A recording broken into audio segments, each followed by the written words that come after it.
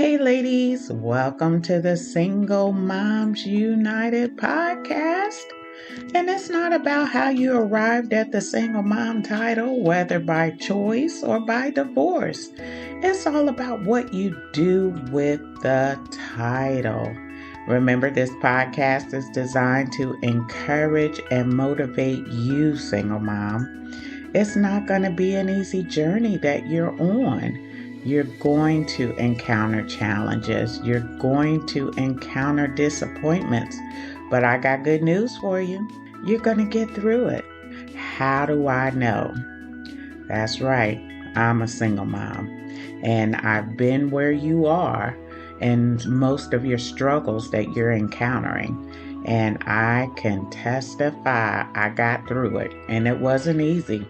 So I'm not going to provide any pretense that, oh yeah, it's going to be smooth sailing, girl. You know what?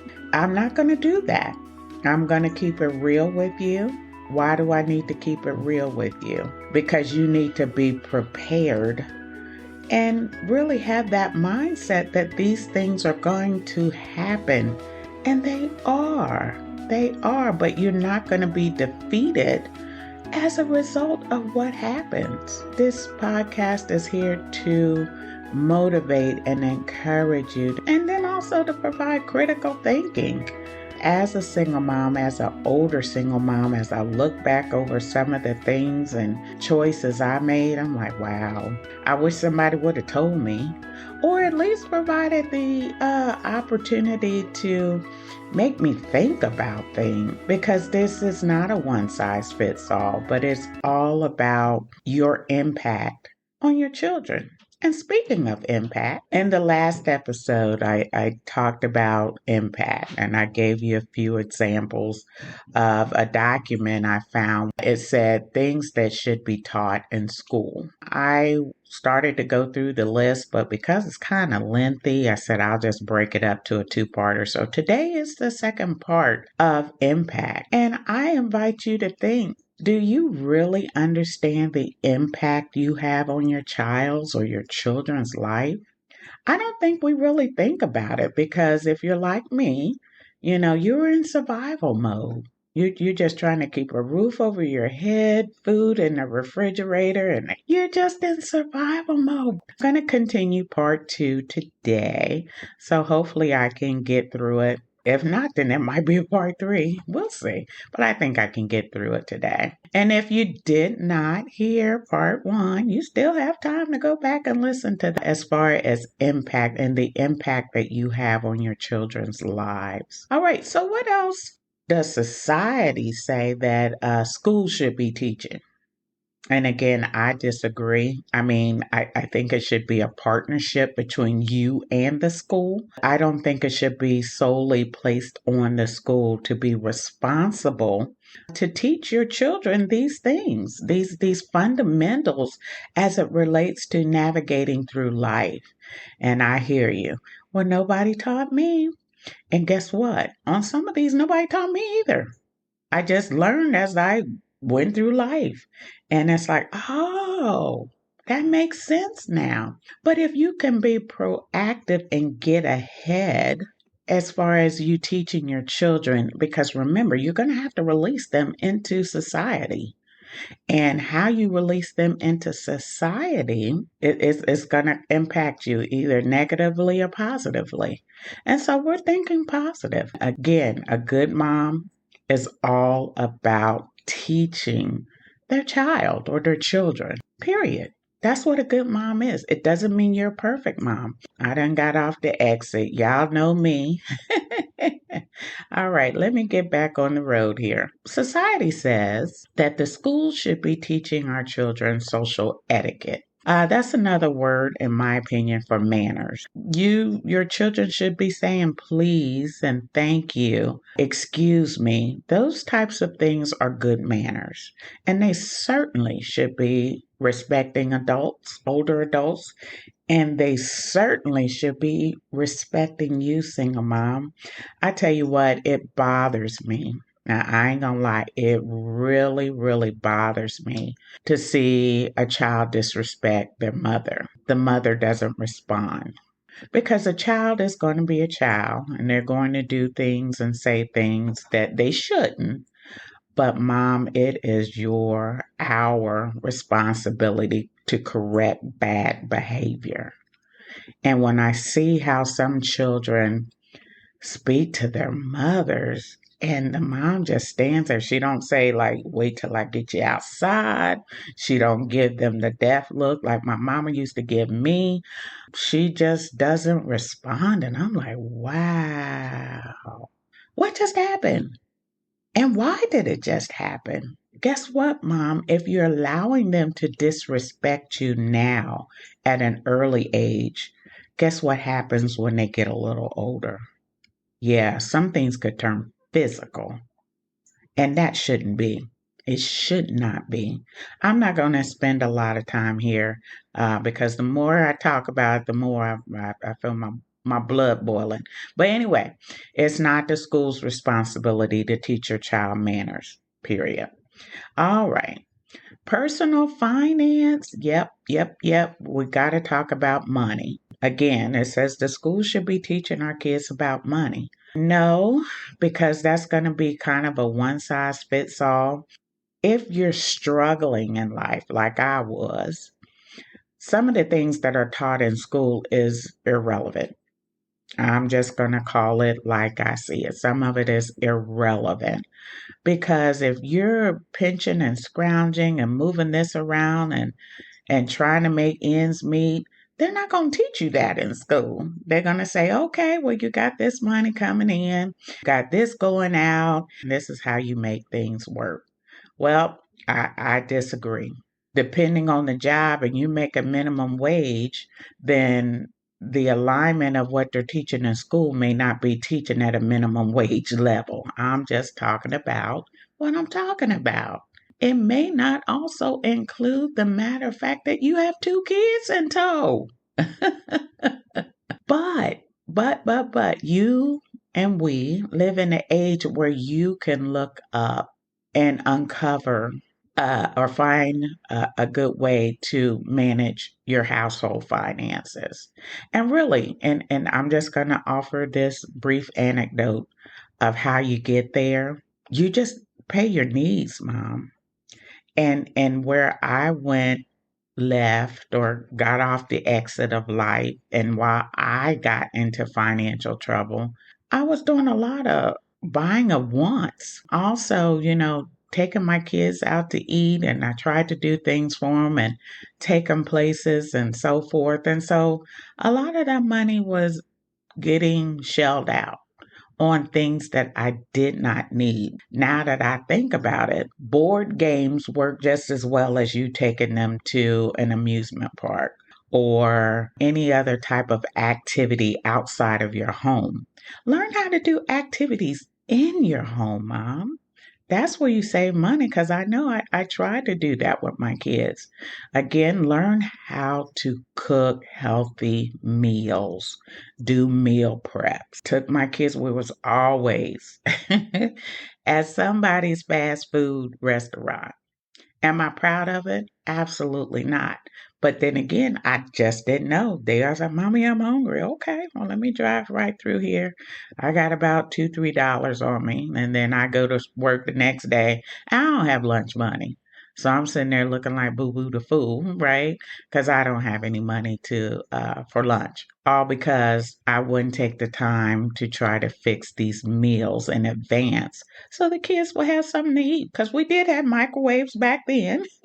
And so there really was no excuse other than I just didn't know any better. Going through these fast food restaurants, they're just not healthy.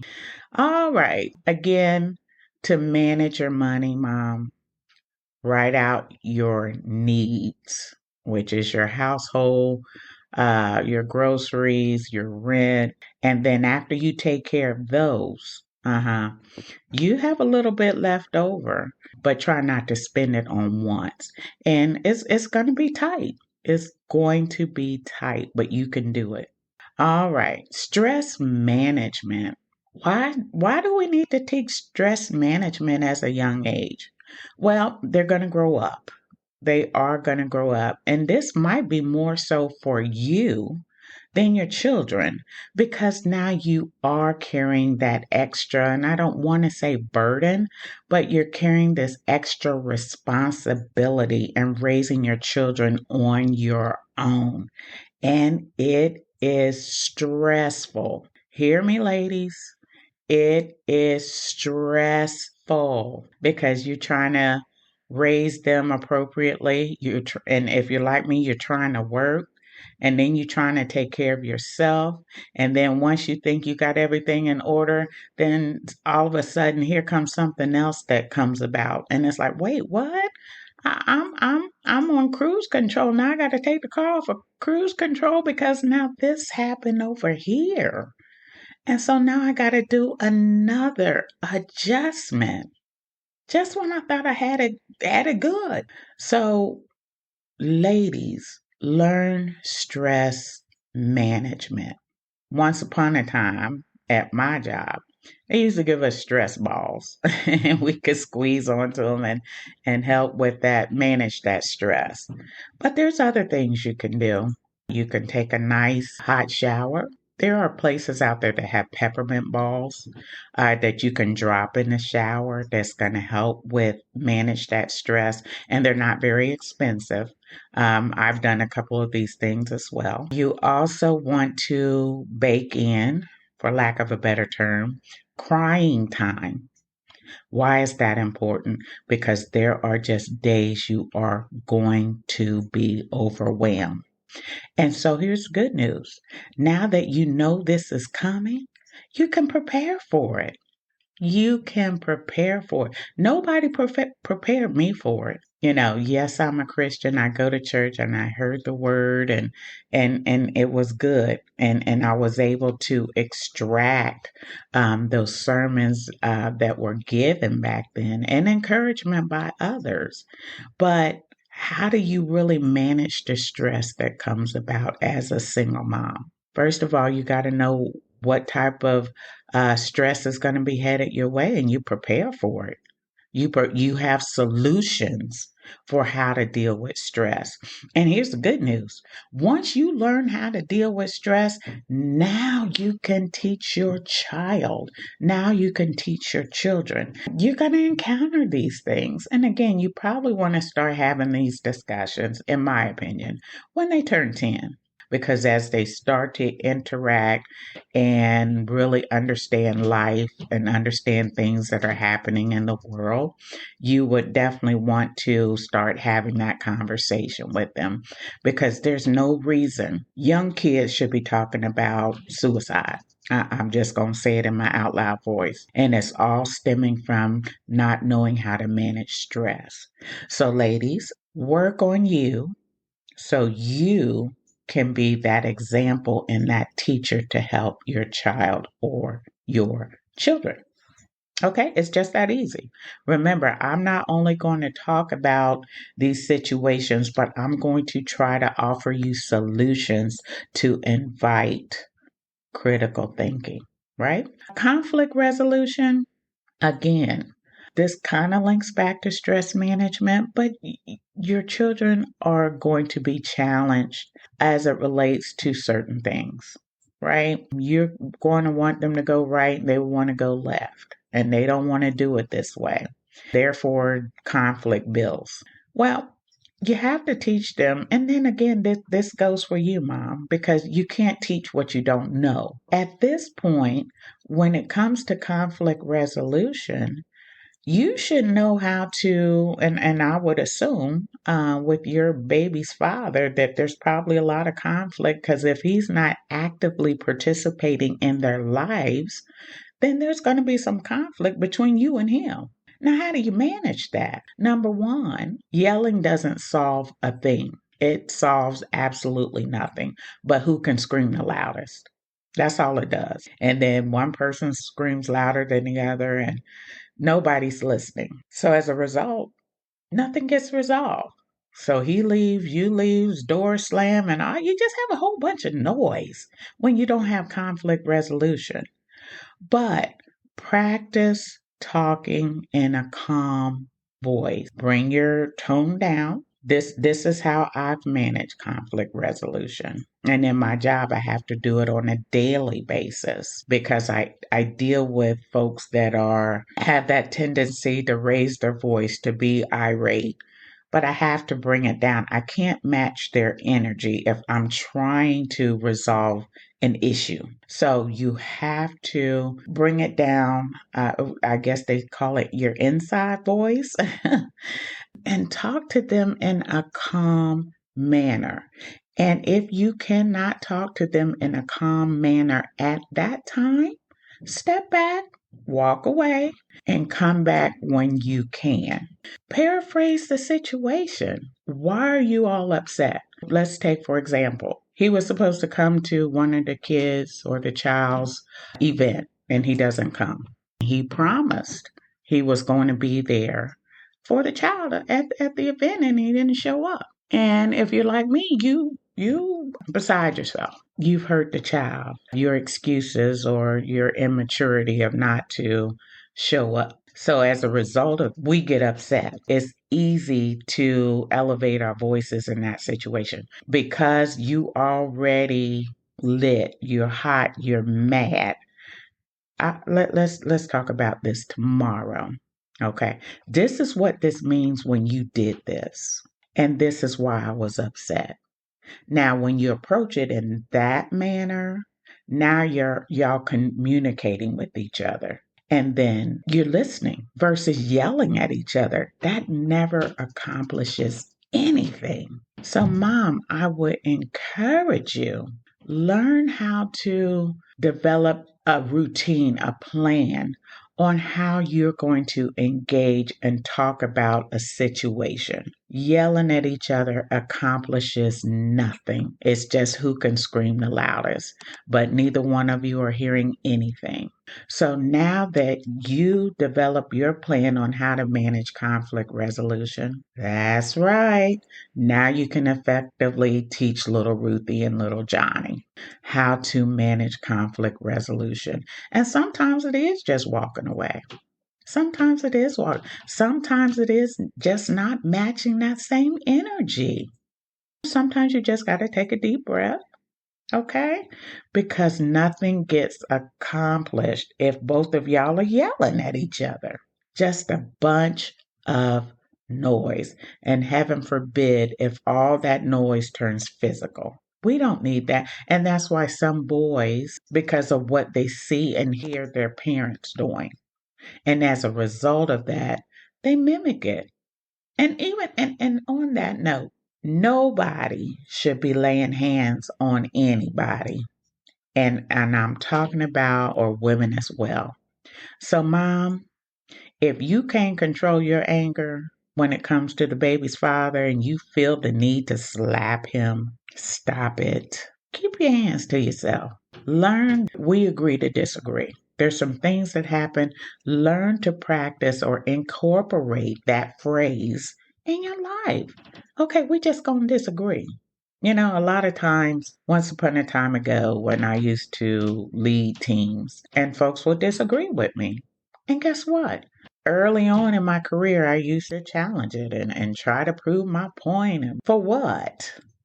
Right? They made up their mind. I made up my mind. So, what I've learned to help continue to move on through the meeting, okay, that's fine. We just have to agree to disagree. And guess what? You move on.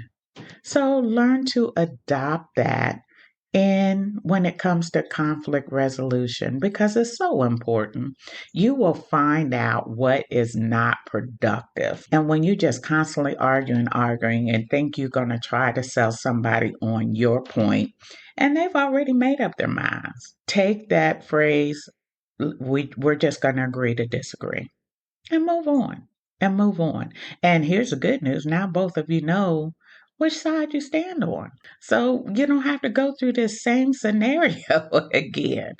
Because again, that helped me get through a lot of meetings. And I had to learn the hard way. But the good news is I learned. And that's where we are, Mom.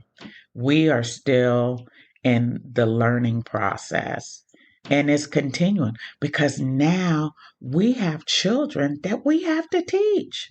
So, in order to teach them, we have to learn. All right, let me move on. Technology, artificial intelligence is a big one. I don't think there's a whole lot of teaching we need to do. They'll probably be teaching us or teaching you because kids are really smart. They grasp things very easily. They would probably be teaching you on the latest trends and things that are going on and accept it. Accept it. And matter of fact, I think this is really when the tables do have to turn, right? Because now you'll know what they're into. You know the latest technology is that's out there. You know some of the word choices that are now being used. Kind of know what they're talking about when they say certain things. This would be a reverse situation, in my opinion. But definitely make sure they're exposed to it. And once they're exposed to it, you start learning from them, okay? Because that's just where we are this day and age. And then finally, we are in the election season. Now, this is one I'm adding about voting. Have you taught your children what it means to vote? Because if you think about what voting is, it's really just your voice. So whenever you're being asked to vote, they're asking you to share your opinion, your voice. Once we change the word choices around, things make more sense. Because if you just say vote, that doesn't mean a whole lot, in my opinion. Vote for what, vote why, blah blah blah. But really what we're talking about is this is your opportunity to share your voice about a candidate, about a person. As a result of sharing your voice about this particular person, it's going to drive change, right? It's going to support your values. And that's how you would share that with your child. You know, if you have certain values that you rely on and you want someone else that match those values, then you exercise your voice, and which turns into a vote. How you like that? All right, ladies, that's it for the day. I hope you enjoyed today's episode. If you did, you know what to do. Tell another single mom. And for all of you that are following me on YouTube channel you're using to listen to this podcast, thank you so much. Again, I would love to hear from you. If you have found value in this podcast, then please let me know. You can go to my YouTube channel. You can go to my website, which is singlemomsunitedpodcast.com. I know it's a long one. I promise you can do it, okay? All right, ladies. Have a great day. Have a great week and have a fantastic month. I hope to talk with you again real soon. Take care.